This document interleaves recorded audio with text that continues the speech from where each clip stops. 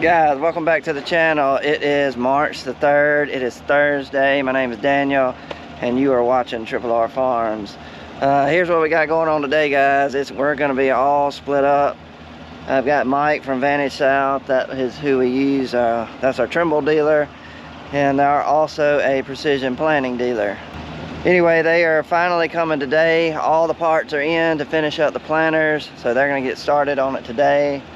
So I'm gonna have Dad is gonna be here handling all that, making sure if they need anything, you know, he'll get it for them or whatever, if they have any questions. So he's gonna be here at the shop,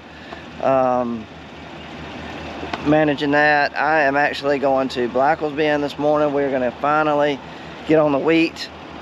We gave it a couple of days to dry, so hopefully it'll be a lot drier than the last time I went in there. So we're gonna be knocking out the wheat down at Blackwell's Bend. Mark, James, and Wayne. James is going to be on the rolling basket today. He's got just probably about 1 hour left of rolling, and then Gray Rocks is done. Mark and Wayne are going to be moving all the equipment home. So that's what everybody's doing. Everybody's going to be spread out, but it's going to be a good video, so let's get this thing started. Let me show you all this. We had a disaster late yesterday afternoon. We were finished for the day. We were driving all the tractors and plows back to where we had parked the trucks, and I think everything just fell apart. Mark, his front tire just all of a sudden started going down. He barely made it back up there to the trucks. He had a tube in the front tire of his tractor. Anyway, it's got a massive hole in the tube, so it was leaking air, so he made it up there. And then as I was following James, he was pulling the Landau disc. I noticed that the carrying tires on one side were like leaning like this. And I said, oh my God, that's probably a wheel bearing. But what happened is ended up not being the wheel bearing, but this pin right here, I don't know if y'all can see that pin. Anyway, the pin that goes through there that holds this rocker arm on, I don't know if it was broke on one side, but all of this arm right here, these ears right here were all bent. The carrying wheels were about to just about to fall off. So all this on the other disc is all broke. And also, I actually gave Dad a camera today. So he has got a camera all by himself. And he's gonna do a little bit of filming today.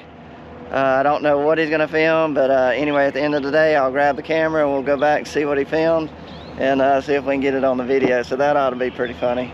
So we'll see how he does. I'm sure he'll do fine. I know where we're gonna be eating lunch. Hancock's.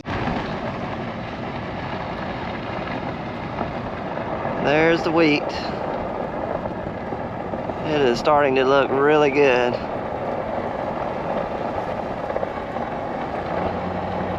Well, we're gonna have perfect weather. It's gonna be warm. Temperatures will not be a problem with spraying today. And hopefully the wind will stay low. And it looks a lot drier than we were down here Monday. So everything is lining up to have a wonderful day of spraying today. So hopefully nothing goes wrong. At least my chemical is still here.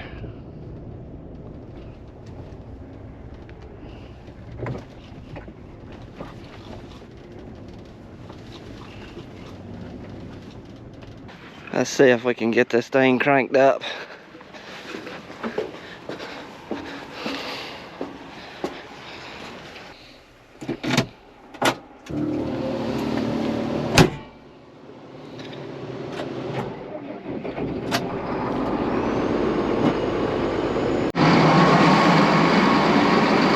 Alright guys, here is what we're putting out. First on the list is Borsal 10. We'll be putting 1 quart to the acre of this. Next on the list is Copper Plus. This will be the first Delta Ag product I bought, so I'm really excited about trying some of their stuff out. So we'll see how this works. We'll be able to tell on the next tissue samples if we've raised the copper levels. Next on the list, Top Guard. That's our fungicide. It's gonna help kill that septoria and all that I was showing on the other video.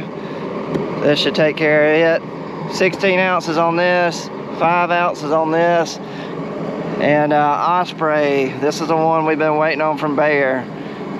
This will be 4.75 ounces to the acre. So not a lot, but it's very expensive. So that's gonna take care of the poana. And last is the surfactant dynamic. We're doing a quart per 100 gallons of water. And yes, there will be no fertilizer. This is all water that we're gonna be putting out, because you cannot put out Osprey with liquid nitrogen. Just to give you a heads up on how much some of this stuff costs, I mean, prices are outrageous this year. All right, here's your Osprey right here. Well, this is all that I needed for 750 acres of wheat.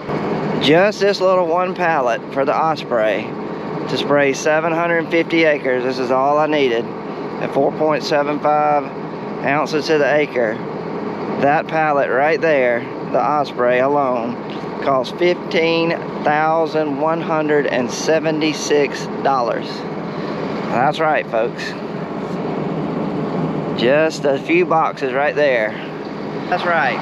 Very, very expensive. So we got to make good decisions this year, which we should be doing every year. But we're going to be finding the best prices on every chemical. We're going to be using generic stuff whenever we can, because it is going to be an expensive crop. Good thing about it though is if we make a good crop, make a good yield, commodity prices are up, we booked really high. Should be okay, but it is a risky business this year. So I'll be kind of going throughout the year, kind of telling you how much some of this stuff costs. It will blow your mind. All right, let's fill up the rogator. Let's get spraying.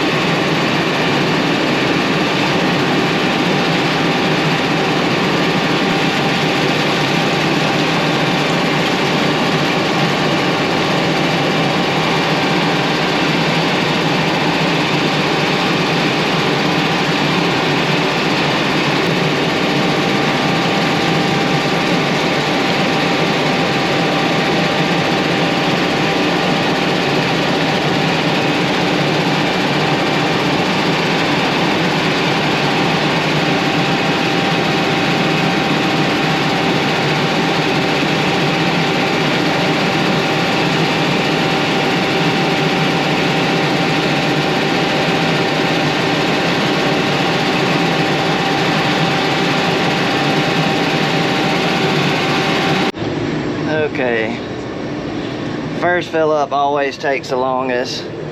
I've got to set up all these screens so I'll have records of exactly where I sprayed. This is the Raven controller. This screen right here is going to control the spraying part, but I got to enter a job. There we go, that is done. Got my Trimbles already pulled up. This is going to do the guidance right here. This is going to drive the machine. There we go. That is done. This is the hard part. This is the field cab app, climate view, field view. So this is going to record. I've got to enter in all my chemicals and stuff and the rates, and it's going to map out exactly where I've sprayed and the date, how fast I was going, weather conditions, everything about today will be programmed into here where I can go back and look in the future if I needed to go back and see what I did on this date on this field. So this part takes a little while. I'm not going to bore y'all with this, but this is where I enter in every product that I just showed y'all putting in the tank. So we'll skip that process, enter it in, and get spraying.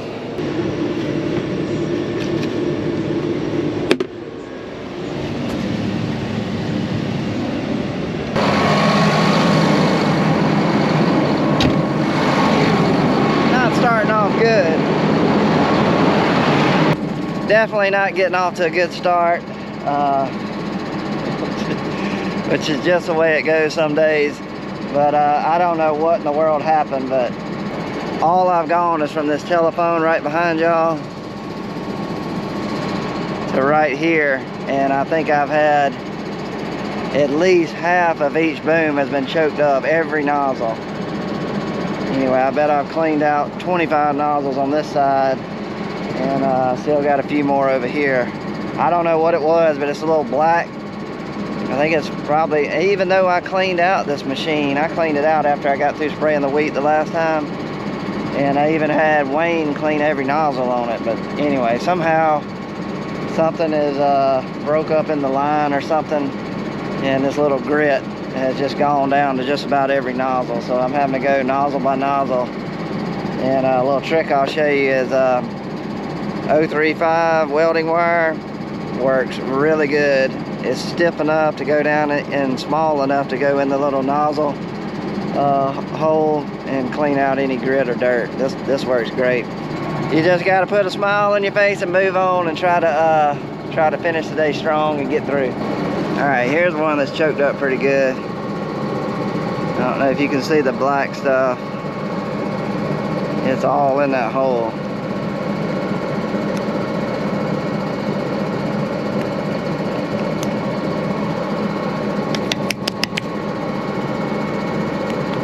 That one was choked up pretty bad.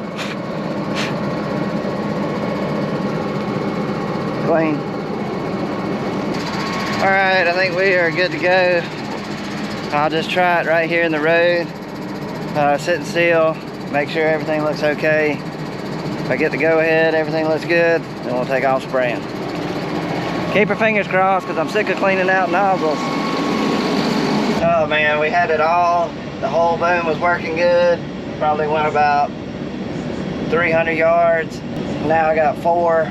Looks like on the toward the end of the boom that's choked up. So it's gonna be like this till I get all of that stuff out. I just got to keep a watch as I'm spraying on the whole boom best I can, because you're gonna have a nozzle or a couple of nozzles choke up till you get all this stuff out. But we'll go clean out those 4 and get back spraying.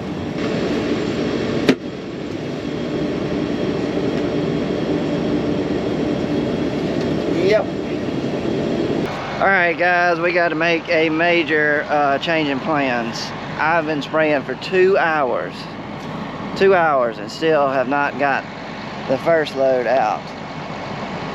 These nozzles just keep getting choked up. I probably stopped 20 times and have cleaned out nozzles.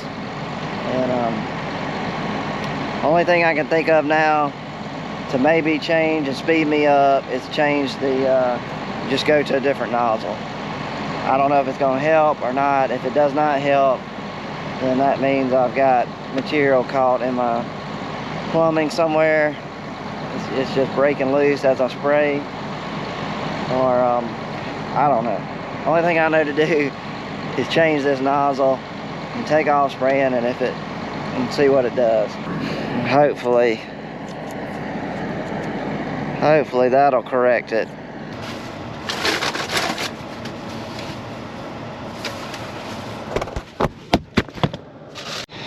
Man, guys, check out this. We got the classic barbecue sandwich, and we always go with the French fries. Look how good those are. Plenty of salt on them. And then always the sweet tea, which is always perfect. I decided to take a little break and go ahead and eat lunch a little early. We swapped the nozzles around, so I filled up with water and chemical. Got me, of course, the Hancocks. We're gonna eat this real quick.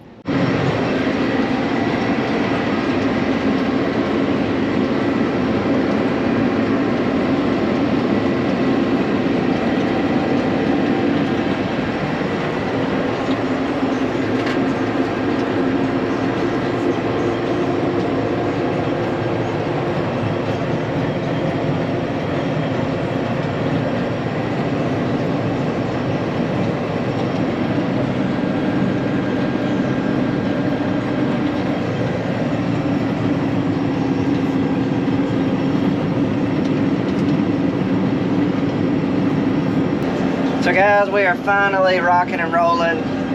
There's two theories to the whole nozzle problem. Theory number one is there is some material caught somewhere in the plumbing, and now that I've swapped to that bigger nozzle, it's got like a little bit bigger hole, and the material that is breaking loose is just going on out the nozzle and not choking them up because the hole is bigger on the nozzle. Watch out, I can't hit this pole. Woo. Watch that pole. Theory number two is you got your nozzle cap, you got your nozzle tip, that's where the spray comes out, and also you have this thing right here. It's basically a rubber washer, rubber bushing that goes in there, and then this fits up on the nozzle body, and that's what keeps it tight from leaking. My theory is, theory number two, which I think is what it is, the material has gotten caught all up in here behind this nozzle right here.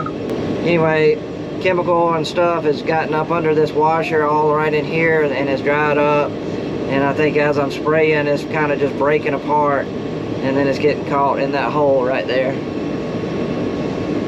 So I think it's theory number two, but I've never had theory number one, actual chemical get tied up in my boom since I bought this new Rogator. You know, I've never had that issue, so we're gonna go with number two.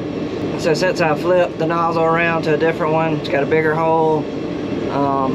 Anyway, the problem is going away. I'm spraying non-stop now, back and forth, covering a lot of the ground. We're making up for lost time. So the biggest question of the day is, it's driving me crazy, but what has Dad filmed so far? What kind of content is it? Has he lost the camera? Has the battery already run out? Or has the camera just been on the back seat of his truck all day and he's forgotten all about it? We'll find out. If he got anything, it'll be on the video.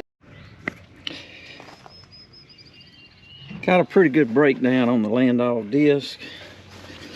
We got axle problems on the rocker. Look like we got either a pin broken or something broken in the rocker. And we got some bent frame there that's gonna have to be straightened. Pretty good job on this left axle. Tire rubbing. But the tubing seems to be okay that goes across to the other side. But gonna have some pretty major fix up here.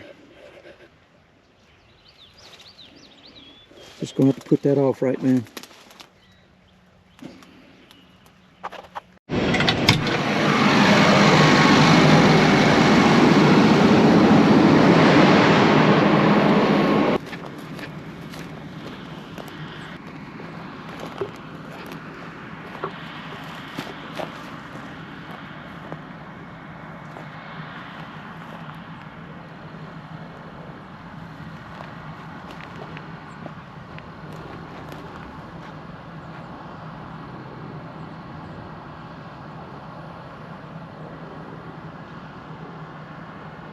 Well, how cool was that, man? $2 right there bedded down. Snuck right up on them. All I've got is 2 more fills, one right behind me across that pond, and then it's a little one back there in the corner. It's like probably 35 acres left, and we're gonna finish Blackwell's Bend. So let's wrap this video up.